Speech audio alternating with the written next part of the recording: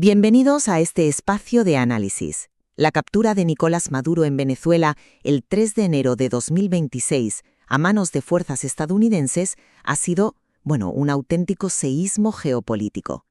Pero la réplica más potente quizá no ha venido de las cancillerías, sino de las redes sociales. Concretamente, de un tuit del cantante Carlos Baute que se hizo viral en segundos celebrando la noticia desde su exilio. Y ahí está el centro de nuestro análisis de hoy. Porque ese mensaje desató una tormenta de reacciones que nos obliga a preguntar, ¿estamos ante la voz auténtica y, digamos, catártica de una diáspora oprimida que por fin ve la luz? ¿O por el contrario, lo que se celebra es la validación de una intervención militar extranjera, un precedente peligrosísimo para toda América Latina? Presión, la separación familiar, es un grito de alivio. Y yo, en cambio, pienso que aunque ese alivio sea humanitamente comprensible, celebrar públicamente la acción de una potencia extranjera de esta manera ignora las complejísimas y muy arriesgadas implicaciones que tiene. Hay mucho más en juego que la caída de un líder. A ver, para mí, lo que hace Carlos Baute, un artista que lleva 15 años sin poder pisar su país, es ponerle voz a un sentimiento masivo. Cuando califica la captura de regalo de Navidad o llama a Maduro sátrapa, no está haciendo una declaración política sesuda, está canalizando la emoción pura de una diáspora rota. Es la catarsis de gente que no ve esto como una vivación de la soberanía, sino simple y llanamente como una liberación. Y ojo, no es ingenuo. Termina su mensaje reconociendo que vienen días difíciles, lo que demuestra que hay una conciencia del reto que se tiene por delante. No es una revuelta popular, no es una transición negociada. Es la captura de un jefe de Estado, nos guste o no, por parte de un ejército extranjero. Una operación con bombardeos. Llamar a eso regalo es, como mínimo, una simplificación peligrosa. Es un relato que blanquea un acto de fuerza que ha sido condenado por otros líderes de la región como una violación del derecho internacional. Y aquí es donde su celebración, y la de miles que le siguieron, se vuelve problemática. Se enfoca en el qué, la caída de Maduro, pero ignora por completo el cómo, que es sentar el precedente de que la intervención militar es una herramienta válida. No. Un momento. ¿Blanquear? Me parece una palabra muy fuerte. El lenguaje que usa Baute es deliberado y yo diría muy preciso. Al llamar a Maduro sátrapa, no está lanzando un insulto al aire. Está usando la misma terminología que la justicia de Estados Unidos, que lo acusa formalmente de narcoterrorismo. No es una opinión, es una alineación con una causa judicial. Su mensaje conecta un sentimiento personal con un marco legal internacional. Pero es que precisamente esa es la trampa. Al adoptar ese lenguaje sin un ápice de crítica, se convierte en un altavoz de la narrativa del interventor.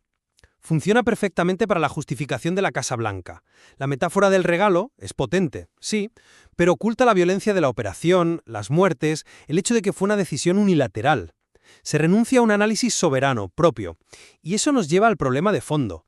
Estas celebraciones virales normalizan la idea, el fantasma que persigue a América Latina desde hace un siglo, de que las soluciones a nuestros problemas deben venir de fuera, de Washington. Es que estás ignorando el contexto de desesperación total.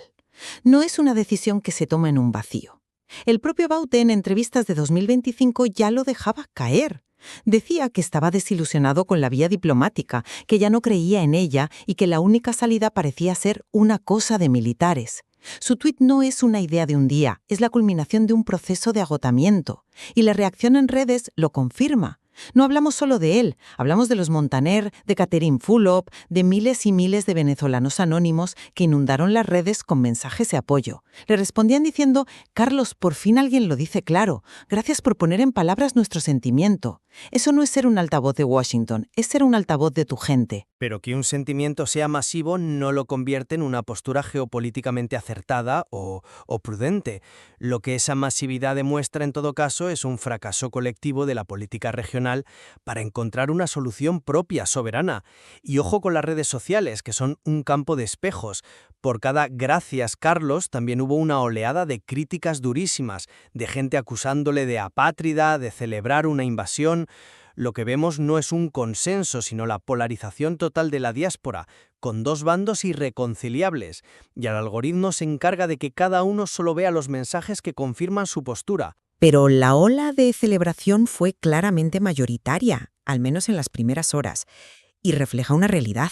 La gente estaba convencida de que todos los mecanismos pacíficos habían fracasado. Se intentó el diálogo, las sanciones, la presión diplomática del Grupo de Lima. Todo falló. ¿Qué le pides a esa gente? ¿Que se quede esperando otros 20 años?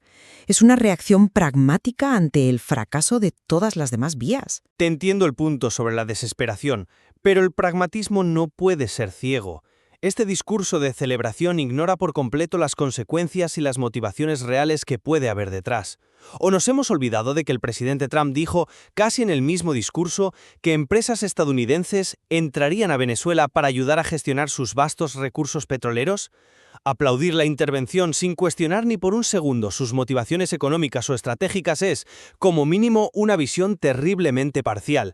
Es celebrar que te saquen de un problema para quizás meterte en otro. Pero es que eso es una lectura muy cínica de la situación.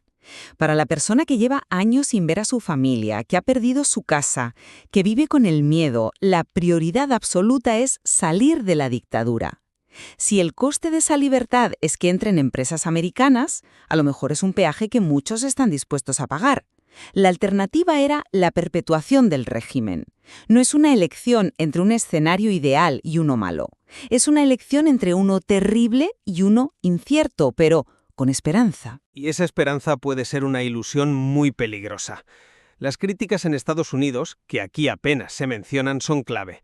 Muchos analistas señalaron la operación como una distracción de manual, una cortina de humo para tapar los problemas internos de la administración Trump. Entonces, ¿qué se está celebrando? ¿La libertad de Venezuela o la estrategia electoral de un presidente estadounidense? Porque si es lo segundo, el pueblo venezolano no es más que un peón en un tablero mucho más grande, y el júbilo de hoy puede ser la decepción de mañana. Sin embargo, insisto en que Baute no es una ilusa que celebra sin pensar. Su frase final, sabemos que vienen días difíciles, pero después de la tormenta siempre llega la calma, es fundamental. No es una celebración irresponsable. Él y los miles que le apoyan son perfectamente conscientes de que la transición será un caos, que será dolorosa y compleja. Lo que se celebra no es la intervención en sí misma como método, sino lo que ésta posibilita. El punto de partida de un camino hacia la libertad. Es el fin del bloqueo y el inicio de la reconstrucción. No me convence esa línea de razonamiento, porque esa frase sobre los días difíciles se queda en una nota al pie de página dentro de un discurso de euforia abrumadora. El titular que queda, lo que se comparte, lo que se viraliza, no es la cautela, es el regalo de Navidad. La narrativa principal se centra en el fin de Maduro, no en el método ni en sus consecuencias. Y el método es gravísimo. El material que analizamos indica que hubo bombardeos, que la ONU ya había calificado el bloqueo previo como una agresión armada ilegal. La metáfora de la tormenta y la calma es una forma poética de evitar hablar del caos real, del vacío de poder, de la posible guerra civil y de la inestabilidad que puede seguir a una intervención de esta magnitud. Ese es el precedente que debería helarle la sangre a toda la región, no provocar celebraciones. Quizás la diferencia está en dónde pones el foco. Tú lo pones en el precedente geopolítico, que es un riesgo real, no lo niego, pero la gente como Baute lo pone en el sufrimiento humano inmediato. Para ellos, la tormenta ya estaba ahí. Llevan años viviendo en ella. Esta intervención no es el inicio de la tormenta, es el rayo que quizás la disipe. Es una apuesta. ¿Arriesgada? Sí, pero una apuesta por la esperanza, al fin y al cabo.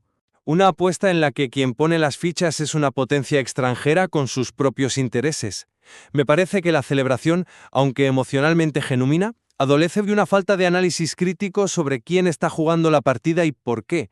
Se compra el relato de la liberación sin leer la letra pequeña del contrato, que puede incluir dependencia económica y tutelaje político durante décadas. Después de esta conversación, sigo pensando que la reacción de Carlos Baute y la enorme ola de apoyo en redes sociales deben leerse como lo que son, la expresión legítima y largamente contenida de una diáspora que ve en la captura de Maduro un acto de justicia elemental.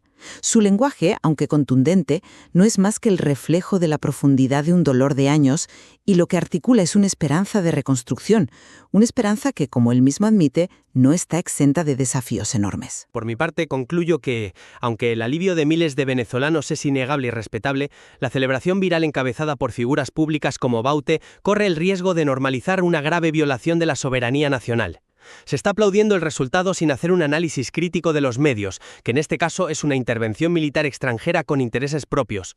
Las reacciones escépticas, que también existieron y fueron muchas, apuntan a una verdad incómoda. Esto, más que un regalo, es un precedente geopolítico muy complejo cuyas consecuencias a largo plazo para toda América Latina están aún por verse. Queda claro que las redes, una vez más, han actuado como un espejo de las emociones más intensas y las divisiones más profundas que rodean el futuro de Venezuela.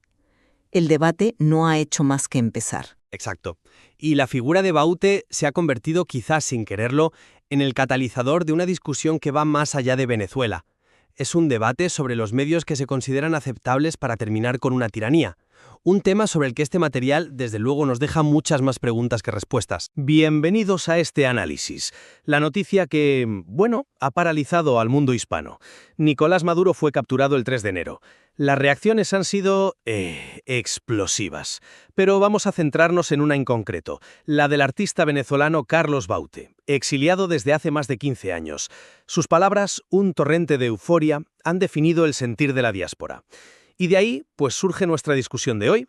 ¿Es esta alegría, este grito de por fin, el verdadero pistoletazo de salida para la libertad de Venezuela? ¿O es más bien un espejismo emocional que nos impide ver la complejidad de lo que realmente queda por delante? Exacto. La pregunta de fondo es si estamos celebrando el final de la guerra o solo una batalla ganada. Yo voy a argumentar que esta visión, aunque es totalmente comprensible y humana, es una simplificación peligrosa. Nos estamos fijando en el hombre, en el símbolo, e ignorando el sistema, la hidra que sigue muy viva por debajo. Y yo, por mi parte, defenderé justo lo contrario. Sostengo que esa emoción no es una distracción, sino el combustible necesario.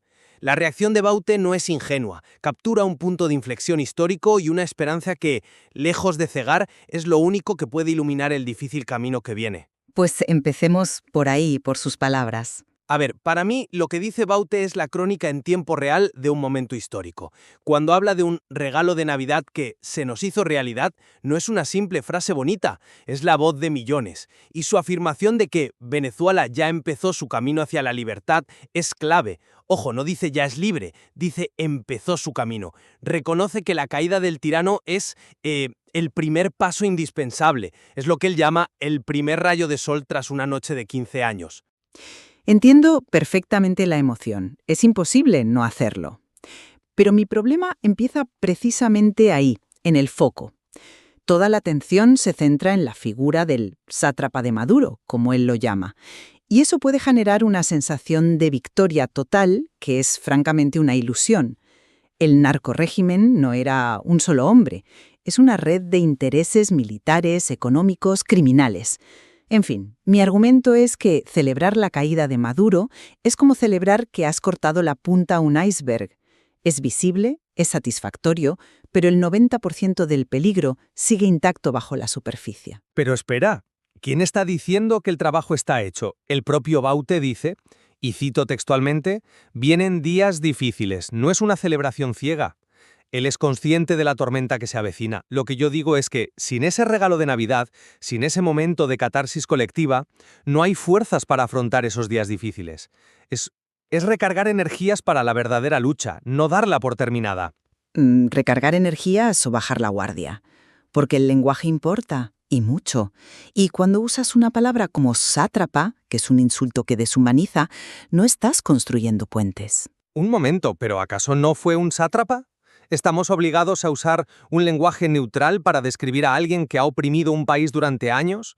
A veces hay que llamar a las cosas por su nombre para que la gente entienda la magnitud de lo que se ha superado. Es una cuestión de justicia poética, si quieres. Entiendo el impulso, de verdad que lo entiendo, pero la palabra importa. Tirano describe una función, sátrapa es un calificativo que cierra la puerta a cualquier diálogo. Y si quieres reconstruir un país, vas a necesitar hablar incluso con la gente que lo apoyaba, con las estructuras que quedan. La reconciliación no empieza con insultos. Empieza reconociendo que el problema es más grande que el hombre al que insultas. Además, es que el propio material nos da una pista que me parece que estamos pasando por alto. Esa mención a las redes en Estados Unidos, que sugieren que todo esto podría ser una distracción de la lista de Epstein. A ver, eso, con todo el respeto, me parece un poco ruido de fondo, ¿no? Una teoría de la conspiración que siempre surge en estos casos. No creo que tenga peso real en el análisis. ¿No? Yo creo que nos obliga, como mínimo, a ser escépticas, a preguntarnos ¿por qué ahora?, a no aceptar la narrativa oficial de liberación, sin más. La geopolítica es un tablero de ajedrez muy complejo. Celebrar la caída de una pieza sin preguntarte quién la ha movido y por qué es como mínimo ingenuo.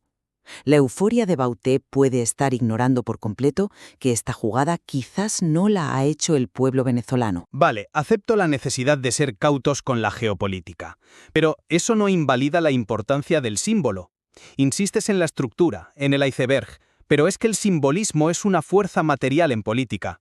La captura de Maduro rompe el aura de invencibilidad que tenía el régimen. Esa frase que se viralizó, «Se vino la noche al narcorrégimen», no es un simple deseo, es la construcción de una nueva realidad psicológica.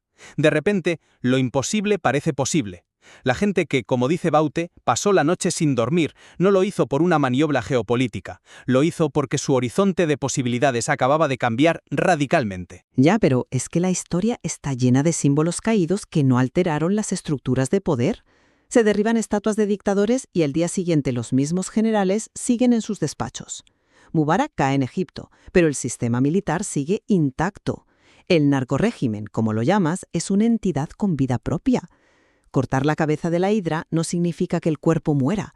De hecho, a veces es peor, porque las otras cabezas empiezan a luchar entre sí por el poder, y eso puede derivar en una violencia aún mayor. Pero esa es una posibilidad, no una certeza. La otra posibilidad es que la red, al perder a su figura central, a su pararrayos, empieza a resquebrajarse. Pierden su centro de gravedad. Y esa promesa de Bauté, volveré cuando sea libre, nos obliga a definir qué es la libertad. Para mí, la libertad empieza con la posibilidad de imaginarla, y esa posibilidad renació el 3 de enero. Ahí es donde no te sigo. La promesa de Bauté es muy potente, pero plantea la pregunta clave. ¿Qué significa ser libre? ¿Es solo la ausencia de Maduro en el Palacio de Miraflores? ¿O es la existencia de un sistema judicial independiente, de una policía que no sea corrupta, de una economía funcional? Me temo que la euforia se centra exclusivamente en lo primero, y se olvida de que lo segundo es infinitamente más difícil de construir. Estamos confundiendo quitar el tumor con curar el cáncer. No creo que sea una confusión, creo que es una secuencia lógica. Primero extirpas el tumor visible y ese acto te da la fuerza y la legitimidad para empezar la quimioterapia, que será larga y dolorosa. Y eso me lleva directamente a otro punto. Tú pareces ver la celebración y la cautela como dos cosas opuestas. Para ti, el júbilo entierra la advertencia. Es que lo hace. Mediáticamente y emocionalmente lo hace. El titular es el regalo de Navidad. La advertencia de los días difíciles se convierte en la letra pequeña que nadie lee. La verdadera discusión, la que importa ahora, debería ser sobre la naturaleza de esa tormenta que viene. Las luchas de poder, la purga dentro del chavismo, el riesgo de una balcanización. Y en lugar de eso nos consolamos con refranes como «no hay mal que dure 1000 años ni cuerpo que lo resista». Eso es un bálsamo, no una estrategia. Mira, es que ese argumento da por hecho que la gente no puede manejar dos ideas a la vez, que no se puede celebrar el fin de una pesadilla y al mismo tiempo ser consciente de que el camino va a ser duro. Yo creo que la gente es perfectamente capaz. Es más, creo que una cosa alimenta a la otra. Sin la convicción de que después de la tormenta siempre llega la calma, como dice Bauté, ¿quién se embarca en la reconstrucción? La esperanza no es el postre al final de la comida, es el combustible que necesitas para prepararla. Me parece una visión demasiado romántica. El combustible puede ser también la rabia, el deseo de justicia o incluso el pragmatismo de saber que no queda otra. La esperanza basada en la caída de un solo hombre es frágil. ¿Qué pasará cuando en 3 meses la economía no haya mejorado, la inseguridad siga rampante y las viejas estructuras sigan ahí? Esa esperanza se puede convertir muy rápido en frustración y cinismo. Y un pueblo cínico es ingobernable. Pero fíjate en la segunda parte de su mensaje, la que dices que queda enterrada. Cuando afirma «estamos rezando por ustedes y acompañándolos a la distancia», no está hablando desde un pedestal de euforia ajena. Está reconociendo la dura realidad de los que están dentro de Venezuela. Es un mensaje de solidaridad activa. Les está diciendo «celebramos este primer paso con vosotros y estaremos aquí para los siguientes, que sabemos serán más duros». La esperanza no anula la prudencia, la posibilita. Punto.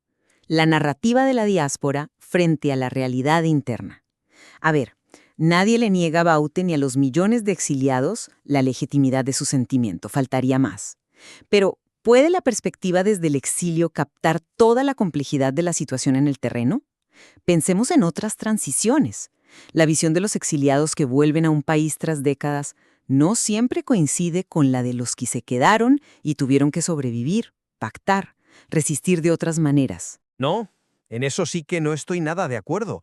La voz de Baute no es simplemente la voz desde el exilio, es la voz de una parte fundamental de la nación que fue expulsada. Sus 15 años sin poder pisar su tierra le otorgan una legitimidad moral inmensa para interpretar este momento. Su perspectiva no es un anexo a la historia, es una parte central de ella. La reconstrucción de Venezuela no será completa si no incluye el regreso de su diáspora. La voz de Baute es el primer llamado a ese retorno. Minimizar esa voz es como intentar aplaudir con una sola mano. No la minimizo, la contextualizo. Su anhelo de «volveré cuando sea libre» es el anhelo de millones y es totalmente legítimo. Pero la definición de libre tendrá que ser negociada por los que se quedaron, por los que sufrieron el día a día del régimen de maneras muy distintas, por los que incluso formaron parte de su maquinaria y ahora buscan una salida. La alegría del que vuelve debe encontrarse con la realidad, a menudo mucho más gris y pragmática, del que nunca se fue. Mi temor es que la narrativa de la diáspora, que a menudo se centra en la justicia y en un borrón y cuenta nueva, pueda chocar de frente con la necesidad de pactos y concesiones que probablemente serán imprescindibles dentro del país para evitar un conflicto. Pero es que una cosa no puede existir sin la otra. La arquitectura política de la reconciliación necesita el cemento de una emoción compartida, de un propósito común. Y ese propósito, ahora mismo, es la esperanza de un nuevo comienzo, que personas como Baute están articulando con una claridad meridiana. Sin esa visión, sin esa promesa de retorno, ¿qué se está negociando? ¿Un simple reparto de poder entre las élites que quedan? La diáspora aporta la visión de la Venezuela que pudo ser y ahora por fin puede volver a ser. O aporta una visión idealizada que ya no existe. El país que dejaron hace 15, 10 o 5 años ya no es el mismo. La sociedad está fracturada de formas que quizás desde fuera no se aprecian del todo. La alegría del reencuentro es una cosa. La arquitectura política de la reconciliación entre los que se fueron, los que se quedaron y apoyaron, y los que se quedaron y resistieron, es otra muy distinta y mucho más frágil. Hay que tener cuidado de no importar un guión escrito en el exilio para una obra que se tiene que representar en el interior. Por mi parte, y para ir cerrando, concluyo que las palabras de Baute no deben ser desestimadas como mera euforia pasajera. Representan un momento fundacional, un punto de inflexión donde la esperanza, tras años de oscuridad, se convierte en una posibilidad tangible. Este impulso anímico, que une a la comunidad dentro y fuera de Venezuela, es el combustible indispensable para afrontar los sacrificios que la reconstrucción del país exigirá. Es el reconocimiento colectivo de que, por fin, el horizonte ha comenzado a despejarse. En resumen, si bien la emoción que transmiten las declaraciones de Carlos Baute es un factor innegable y potente, yo sigo convencida de que es imperativo mirar más allá del derrocamiento de un líder. El verdadero desafío para Venezuela reside en desmantelar un sistema complejo y en iniciar un proceso de reconciliación nacional que será largo y doloroso. La euforia del momento, si no se gestiona con extrema cautela, podría ocultar los enormes obstáculos que aún persisten en el camino. Ambos puntos de vista, creo, revelan la profunda dualidad de este momento histórico. Las declaraciones que hemos analizado cristalizan esa tensión entre un júbilo liberador casi visceral y la conciencia fría de un futuro terriblemente incierto. Totalmente. El material que hemos usado como base demuestra que, aunque se ha cerrado un capítulo oscuro, la escritura del siguiente depende de factores que van mucho, mucho más allá de la captura de un solo hombre. La verdadera prueba para Venezuela, en realidad, acaba de empezar.